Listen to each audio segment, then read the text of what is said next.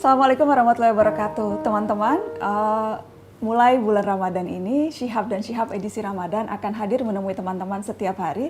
Insya Allah saya dan Abi Quraisy akan saling berbagi untuk teman-teman, mudah-mudahan sedikit bisa bermanfaat. Abiku terima kasih, kita mau Syihab dan Syihab setiap hari ya Bi. Abi sehat-sehat ya Bi? Alhamdulillah. Semoga teman-teman yang menyaksikan juga selalu sehat-sehat. Abiku, yang jelas tahun ini menyambut Ramadan dalam situasi yang berbeda. Betul. Ada banyak tradisi yang tidak bisa kita lakukan. Ada banyak hal yang dulu kita lakukan tahun lalu, tahun ini harus kita kurangi. Bagaimana harusnya kita mempersiapkan diri untuk menyambut Ramadan di kala wabah seperti ini, Abiku? Ya, betul. Yang pertama dulu, kebaikan itu banyak. Bukan hanya sholat, bukan hanya puasa, bukan hanya zakat, banyak. Kegiatan bisa bermacam-macam. Semuanya bisa direstui Tuhan selama tulus dan positif. Ramadan tahun ini berbeda dengan tahun-tahun yang lalu. Ada prinsip dasar yang Abi ingin katakan kepada teman-teman yang merasa kecewa.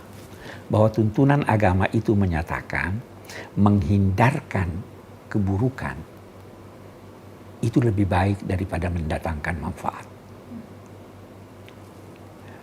Memang bagus kita silaturahim, kita ke masjid, kita i'tikaf dan lain-lain sebagainya. Itu bagus.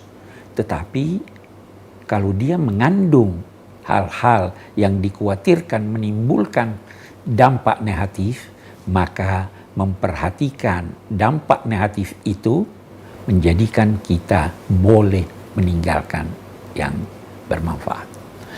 Nabi bersabda, la darar wa la dirar. Tidak boleh ada hal yang memberi madarat buat diri, tidak juga kepada orang lain. Nah, dari sini prinsip-prinsip dasar ini dan masih banyak lainnya menjadikan kita harus pandai-pandai memilih apa yang harus kita lakukan, yang baik kita lakukan dalam masa pandemi ini dan apa yang mestinya kita hindari. Itu prinsip dasar. Yang kedua yang Abi mau bilang begini, sebenarnya agama ini memberi alternatif. Banyak alternatif pengganti. Kita mau ambil, pernah pada awal masa Islam, Nabi itu sholat, di dalam Al-Quran dikatakan 2/3 malam, atau 1/3 malam, atau setengah malam sholat. Ada sahabat-sahabat beliau yang ikut di belakang. Tetapi ada di antara mereka yang harus bekerja di siang hari. Ada di antara mereka yang mencari rezeki atau pergi berjuang. Ada di antara mereka yang sakit. Maka Allah memberi alternatif. Tidak usah salat malam. Baca Al-Quran, belajar, ya kan? Yang penting laksanakan salat 5 waktu, zakat yang wajib. Lalu bantu orang, sedekah. Dan apapun kebaikan yang kamu lakukan, itu kamu akan dapat ganjarannya di sisi Tuhan. Jadi kalau cuma sunnah-sunnah, jangan paksakan diri melakukannya dengan mengakibatkan madarat buat diri atau orang lain.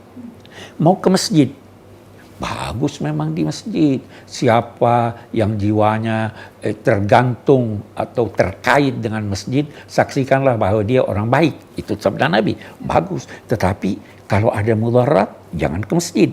Kenapa jangan ke masjid? Nabi juga bersabda bahwa Allah telah memberikan kepadaku 5 keistimewaan yang tidak diberikan pada umat-umat yang lalu. Salah satu di antaranya adalah Allah menjadikan persada bumi ini masjid buat umatku. Jadi persada bumi itu bisa menjadi masjid. Semuanya bisa untuk bersujud. Semua bisa untuk bersujud, untuk taat kepada Allah, untuk mengabdi kepadanya, mengabdi kepada kemanusiaan. Bumi ini adalah alat penyucian buat umatku. Menyucikan diri, menyucikan jiwa dan sebagainya. Bukan hanya dalam arti tayamum. Ya kan? Jadi ini yang harus kita pahami. Terawih, bagus, terawih. Ya kan, Nabi berterawih. Tapi tahu kan anak, Nabi terawih cuma 3 malam. 3 malam di masjid. Sisanya di rumah. Nabi seperti itu. Nabi seperti itu. Jadi terawih itu, istilah terawih itu baru dikenal pada masa Sayyidina Umar. Pada saat Nabi berterawih hanya 3 Nabi malam di bertaruh masjid. 3 malam, ada yang ikut di belakang beliau, terus setelah 3 malam, oh ini makin banyak orang nih. Udah, saya sholat di rumah aja. Kenapa, Bi? Kata Sayyidah Aisyah, beliau takut diwajibkan atau beliau takut orang anggap wajib. Bahwa sholat terawih di masjid. Di masjid, ya toh, bahwa sholat terawih wajib. Jadi terawih itu nanti di zaman Sayyidina Umar, beliau yang anjurkan dia ini sholat sendiri, itu sholat berdua, ini udah deh jangan sholat sendiri-sendiri.